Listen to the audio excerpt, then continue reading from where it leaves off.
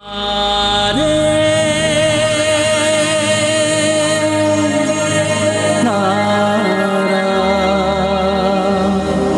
பண்டிதர் பதவியை காப்பாத்த என்னோட கணவரை நடிக்க நீங்க ஒத்துக்கிறீங்களா?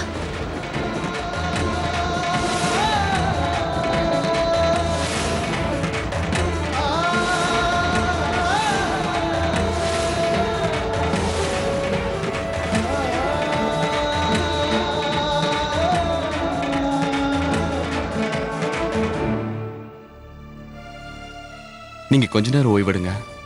நாம அதுக்கப்புறம் ஆக்ராக்கு கிளம்பி போகலாம். बाबुरे नैना भरे रहे रात भर,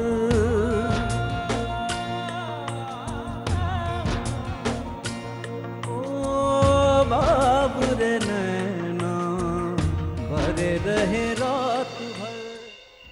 சில சமயங்களை நாம நினைக்காத கூட தானா நடந்துருது. அதுக்கு பேர் தான் விதியா?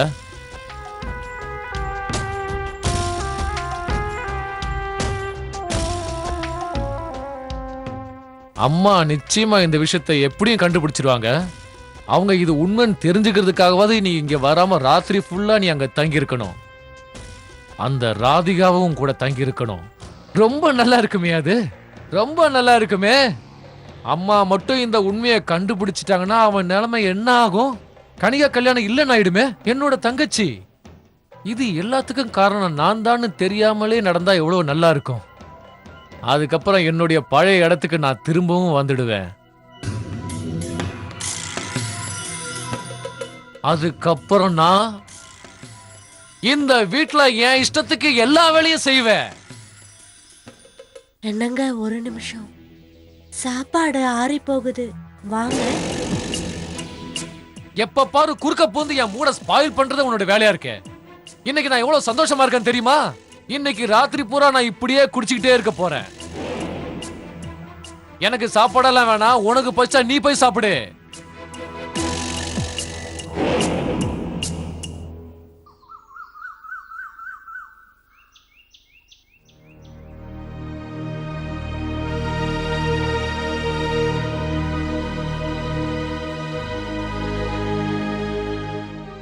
ராதிகா, வெள்ளம் வடிஞ்சு போயிருச்சுன்னு நினைக்கிறேன். நாம இங்க இருந்து கிளம்பி ஆகணும்.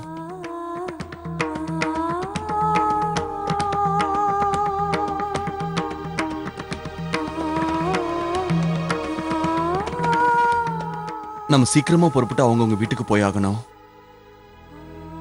நம்ம குடும்பத்தில் இருக்கிறவங்க நமக்காக காத்துக்கிட்டு இருப்பாங்க.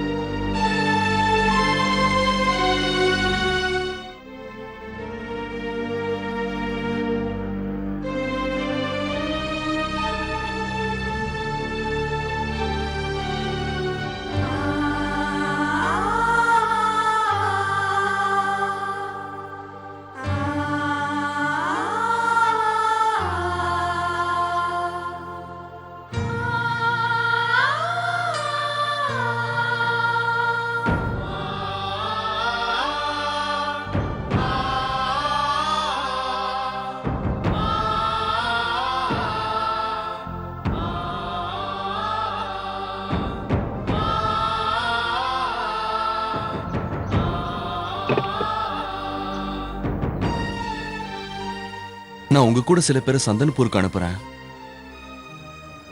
அப்பதான் போற வழியில உங்களுக்கு இந்த ஆபத்து வராம இருக்கும். இல்லைன்னா உங்களுக்கு ஆபத்து ஏற்பட வாய்ப்பு இருக்க. ஆமா, இது உங்களுக்கு எப்படி கிடைச்சது? நான் உங்களை தேடிட்டு இருக்கும்போது வழியில இது எனக்கு கிடைச்சது. இதை என்கிட்ட கொடுங்க. நான் போட்டுக்கிறேன்.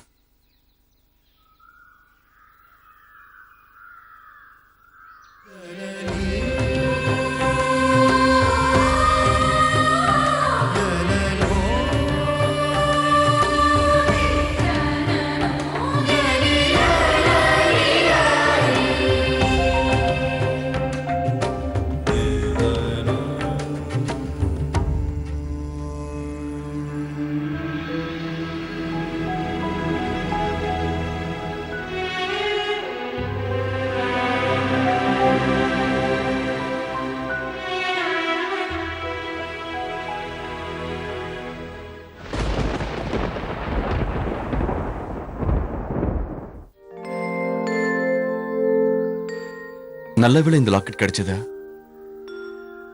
இது எனக்கு மாதாராம்ஜி போட்டு விட்டாங்க. எந்த கண்ணும் படாதுன்னு சொன்னாங்க. பார்த்து ஜாக்கிரதையா இருங்க. உங்களை கொல்ல சதி நடந்துட்டு இருக்கு. அவங்க உங்களை பின்தொடர்ந்து சந்தன்பூர் வரைக்கும் வந்துட்டாங்க. அவங்க கிட்ட உங்க போட்டோ இருந்ததை நான் பார்த்தேன். அவங்க உங்களை அபயா நினைச்சு தேடல. அவங்க தேடுறது உங்களை. இதுக்கு என்ன அர்த்தம் தெரியுமா? என்ன மாதிரி வேற யாருக்கோ தெரிஞ்சிருக்கு நீங்க அபய் இல்ல, தேவா மகா பண்டிதர்னு.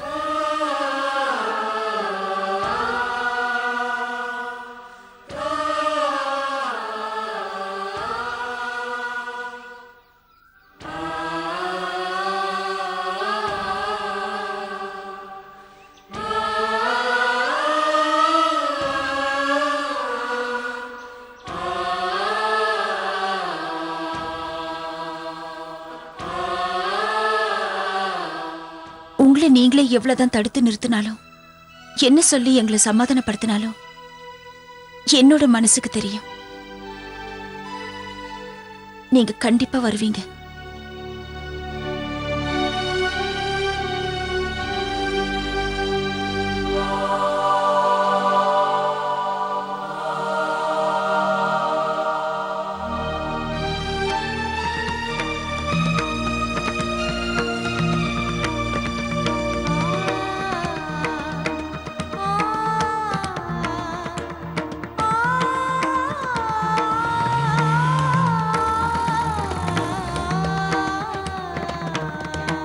அர்ஜுன், இன்னைக்கு என்னோட சந்தோஷத்தை சொல்றதுக்கான வார்த்தையே இல்ல. ஆசீர்வாதம் பண்ணுங்கப்பா, போதும். உங்க ஆசையால தான் எல்லாமே நல்லா எனக்கு இருப்பா, கிடைக்கும். நல்லா இருக்கு. இதுக்குள்ள நம்ம ஆளுங்க தேவாவை கண்டுபிடிச்சு திரும்பி வராத அளவுக்கு தேவலோகத்துக்கே அவனை அனுப்பி வச்சிருப்பாங்க. இனிமே என் பையனை மகா பண்டிதர் ஆக்குறத யாராலையும் தடுக்க முடியாது, யாராலையும் முடியாது. இந்த நாளுக்காக தானே நான் இத்தனை வருஷமா காத்துக்கிட்டு இருந்தேன். என்னோட கையால புது இதிகாசத்தை நான் எழுத போறேன். உங்களை விட நான் அந்த நாளுக்காக ரொம்ப காலமா எதிர்பார்த்துக்கிட்டு இருக்கேன்ப்பா. சீக்கிரமா அந்த நாள் வராதா, என் முன்னாடி அவங்க முகம்லாம் தொங்கிக்கிட்டு இருக்காதான்னு காத்துக்கிட்டு இருக்கேன்ப்பா. என்ன அவங்க அலட்சியப்படுத்தினாங்கல்ல, அவங்கள அலட்சியப்படுத்துறேன். அதுக்காகத்தான் நான் காத்துக்கிட்டு இருக்கேன். அதுவும் அந்த ராதிகா என் முன்னால, இந்த அர்ஜுன் முன்னால தன் கையாலேயே மகா பண்டிதர் உரிமையை தூக்கி கொடுக்க போறா. அப்பா, அவன் முகத்தை நான் பார்க்கணும்ப்பா. அர்ஜுன், நீ மகா பண்டிதர் பதவியில உட்காரும் போது அவளோட முகம் எப்படி இருக்குன்னு பார்க்கணும்ல. அதை பார்க்கத்தான் நான் காத்துக்கிட்டு இருக்கேன்ப்பா. என்னங்க, இங்க கொஞ்சம் பாருங்க. நீங்க மகா பண்டிதர் ஆயிட்டீங்கன்னா எல்லாரும் என்ன மகா பண்டிதனின்னு கூப்பிடுவாங்கல்ல.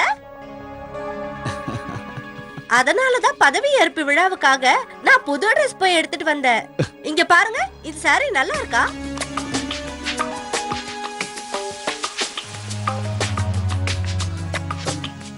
இந்த புடவையா? இந்த புடவையை கட்டினா நான் மகா பண்டிதர் ஆனதுக்கு அப்புறமும் கூட உன்னை யாரும் மதிக்க மாட்டாங்க. புடவை அது பாத்தியா? நீ என் கூட வந்திருக்கலாம், இல்ல அப்பாவை கூட்டிட்டு போய் வாங்கியிருக்கலாம். என்னங்க, ஏன் இப்படி கோவமா பேசுறீங்க? நான் நல்லா அழகா தயாராகி வரேங்க. இத பாருமா, சீக்கிரமா தயாராயிடு. நம்ம எவ்வளவு சீக்கிரம் டெல்லிக்கு போக முடியுமோ அவ்வளவு சீக்கிரம் போய் ஆகணும். சீக்கிரமா போய் ரெடியா போ. சரி. நான் இப்ப ஃபோன் பண்ணி மடத்துல விசாரிக்கிறேன். புது மகா பண்டிதரை வரவேற்கிறதுக்காக அங்க என்னென்ன ஏற்பாடெல்லாம் செஞ்சிருக்காங்கன்னு கேக்குறேன். ஹலோ, என்னைக்கு நல்லா இருமா, தீர்க்க சுமங்கலியாரு. உன்னை பார்த்தாலே என்னோட மனசுக்கு நிம்மதியா இருக்குமா. எனக்கு வார்த்தையே வரமாட்டேங்குது. ஆமாப்பா, எனக்கு உங்களை பார்த்ததுல அவ்வளவு சந்தோஷம். மனசுக்குள்ள அப்படி ஒரு நிம்மதி இருக்கு. நல்லதா போச்சு நீங்களும் வந்தது. நீதாமா கலியுலகத்துல உருவான ராதை. கலியுக சாவித்திரியும் நீதான். சத்தியவான உயிரோட கொண்டு வந்தவல்ல சாவித்திரி. அதெல்லாம் சரி, நீ உன் சத்தியவானை எங்க கொண்டு போய் விட்டுட்டு வந்த சாவித்திரி அம்மா?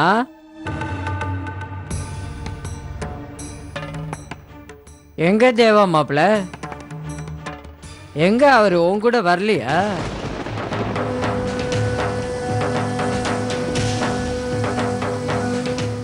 பாட்டிமா, வரத தள்ளிலு. 5 வருஷம் கழிஞ்சு போனாலும் சரி, 10 வருஷம் கழிஞ்சு போனாலும் சரி, நீ என்னை பொறுத்த வரைக்கும் அதே திருடிதான். கோயிலேருந்து ஆனாதிய சேர்த்து கொண்டு வந்ததை மறந்துடுவேனா என்னன்னா? என்ன ஜாதியோ, என்ன குலமோ, என்ன சனியனோ, எல்லாரும் உன்னை தலையில தூக்கி வச்சு கொண்டாடினாலும் நான் மட்டும் உன்னை ஏத்துக்கவே மாட்டேன். தொடாதேனே. அம்மா, சின்ன மருமகளே, தேவா எங்க? ஆமாம்மா, நான் அவரை பார்த்தேன்.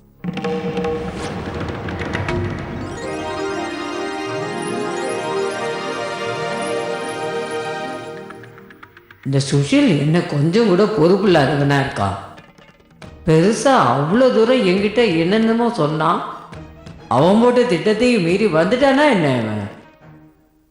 ஆனா அவரோட பழைய நினைவுகளை திரும்ப கொண்டு வர ரொம்ப போராடினேன்.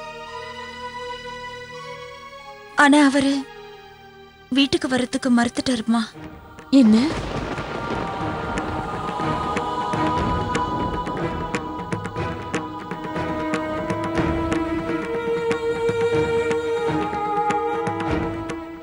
நீ என்னம்மா சொல்ற? ஆமாம்மா, அவருக்கு ஞாபகம் திரும்ப வரல. ஆனா ஆனா என்ன? சொல்லு சின்ன மருமகளே.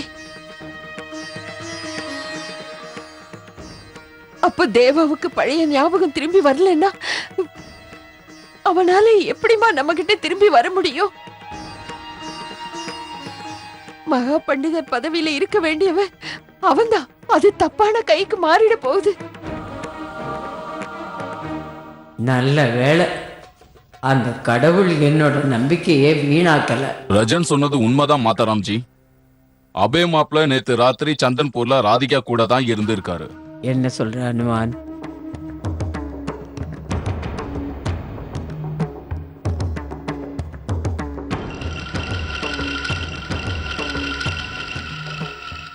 வணக்கம் மாதாராம்ஜி.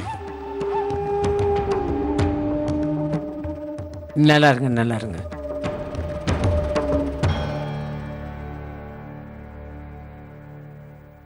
சொல்லுங்க மாப்பிள்ளை தம்பி, நீங்க போயிருந்த வேலையெல்லாம் எப்படி நல்லபடியா நடந்ததா? நல்லபடியா முடிஞ்சது மாதாராம்ஜி. அந்த சைட்ல நீ ஹோட்டல் கட்டணும் முடிவு பண்ணது ஒரு நல்ல முடிவு. நிறைய பேருக்கு அது பிடிச்சிருக்க. டெண்டர் மட்டும் ஓகேயா அது நம்ம கைக்கு வந்துருச்சுன்னா நம்ம அதுக்கப்புறம் நம்ம கன்ஸ்ட்ரக்ஷன் வேலையில ஆரம்பிச்சிட வேண்டியதா. நேற்று சாயந்தரமே வருவீங்கன்னு நினைச்சேன். வரலன்னு ரொம்ப கவலை ஆயிடுச்சு. நிறைய தடவை ஃபோன் பண்ணிட்டேன், உங்க ஃபோன் ஆஃபா இருந்தது மாப்பிள்ளை தம்பி. ஆமா மாதாராம்ஜி, ஆக்சுவலி போன்ல பேட்டரி இல்லாம போயிடுச்சு. யமுனா ஆத்துல வெள்ள வேற வந்ததுனால அங்கிருந்து வர வழியை வேற க்ளோஸ் பண்ணிட்டாங்க. அதனாலதான் உங்களுக்கு நான் நேத்து போனும் பண்ண முடியல, வீட்டுக்கும் திரும்பி வர முடியல. அதனால பரவாயில்ல மாப்பிள்ளை தம்பி, நீங்க என்னமோ கவலையா இருக்கிற மாதிரி இருக்க.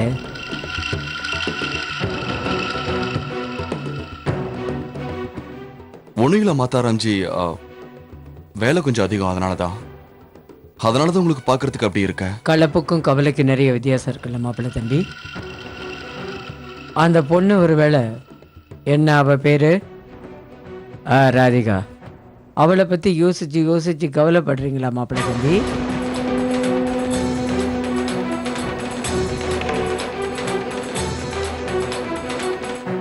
உங்களை சந்திச்சு அவ பேசினால சந்தன்பூர்ல.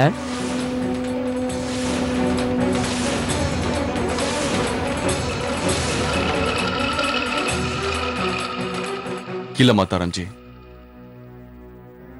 ராதிகா தான் என்ன தேடிக்கிட்டு சந்தன்பூருக்கே வந்துட்டாங்க.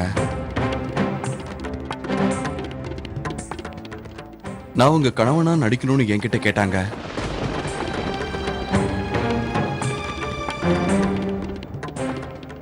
அவங்க குடும்பத்துக்காக உடம்பு சரியில்லாத பாட்டிக்காக அந்த மாதிரி நடிக்க சொல்லி என்கிட்ட கேட்டாங்க. ஆனா நான் அப்படியெல்லாம் பண்ண மாட்டேன்னு சொல்லி அவங்க கிட்ட நான் மறுத்துட்டேன். அவங்க புருஷனா நான் கொஞ்ச நேரமாவது. இதுக்கு மேலே எனக்கு விளக்கம் தேவையில்லை மாப்பிள்ளை தம்பி. ஊர்ல இருக்கிறவங்க யாரும் என்னை பார்த்து கேட்டுடக்கூடாதுங்கிறது தான் என் கவலை. உங்க மாப்பிள்ளை நேற்று ராத்திரி ஒரு பொண்ணு கூட இருந்தாருன்னு என்னை கேட்ட நான் என்ன பதில் சொல்ல முடியும்? எனக்கு உங்க மேல ஒன்றும் கோபம் இல்லை. உங்க மேல எனக்கு முழு நம்பிக்கை இருக்கு. ஆனா அந்த பொண்ணு ராதிகா இருக்கல, அவ மேல எனக்கு கொஞ்சம் கூட நம்பிக்கை இல்லை மாப்பிள்ளை தம்பி. அந்த பொண்ணு எப்படியாவது உங்களை அடைஞ்சே தீரணும்னு குறிக்கோளோட இருக்கான்னு நான் கேள்விப்பட்டேன். இல்ல மாதாராம்ஜி, அப்படிலாம் ஒண்ணும் ஆகாத. அவங்கள பார்க்கும்போது ரொம்ப நல்ல பொண்ணாதான் தெரியறாங்க. மாப்பிள்ளை தம்பி, உலகத்துல மற்றவங்களை எடை போடுறதுல உங்களை விட எனக்கு அனுபவம் ஜாஸ்தி. உங்களை போல உலகத்துல எல்லாருமே நல்லவங்களா இருக்க மாட்டாங்க. எனக்கு தெரியும், நீங்க எந்த காலத்திலேயே தப்பான காரியம் பண்ண மாட்டீங்க. ஆனா அந்த பொண்ணு ராதிகாவால உங்களுக்கும் கனிகாவுக்கும் நடுவுல எந்த பிரச்சனையும் வந்துடக்கூடாது. அப்படி வர்றதை நான் விட மாட்டேன். அந்த பொண்ணு நீங்க தான் அவளோட புருஷன்னு சொல்லி அடம் பிடிச்சிக்கிட்டு இருக்கா. இந்த விஷயத்தால நம்ம குடும்பத்துல எந்த பிரச்சனையும் வந்துடக்கூடாது. அதை மட்டும் என்னால தாங்க முடியாது மாப்பிள்ளை தம்பி. அதனால தான் நான் உங்ககிட்ட இப்படி சொல்றேன். இதுக்கப்புறம் எந்த காரணம் கொண்டும் அந்த பொண்ணு ராதிகா வந்து உங்களை எங்கேயுமே சந்திக்க கூடாது. சொல்லுங்க மாப்பிள்ளை தம்பி, உங்களுக்கு இந்த விஷயத்துல சம்மதம் தானே?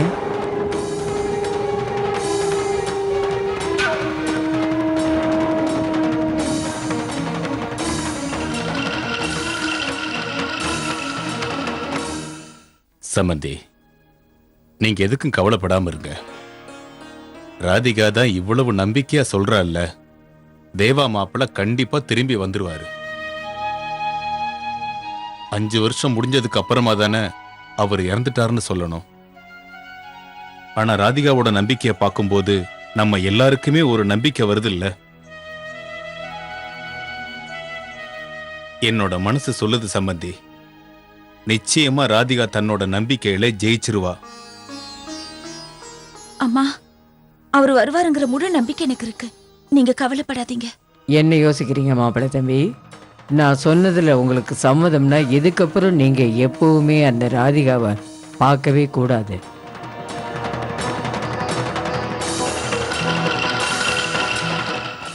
சரி மாதாராம்ஜி, நீங்க பார்க்க கூடாதுன்னு சொன்னா நான் ராதிகா மேடமா பார்க்கவே மாட்டேன். நான் இனிமேல அவங்கள பார்க்கவே மாட்டேன்.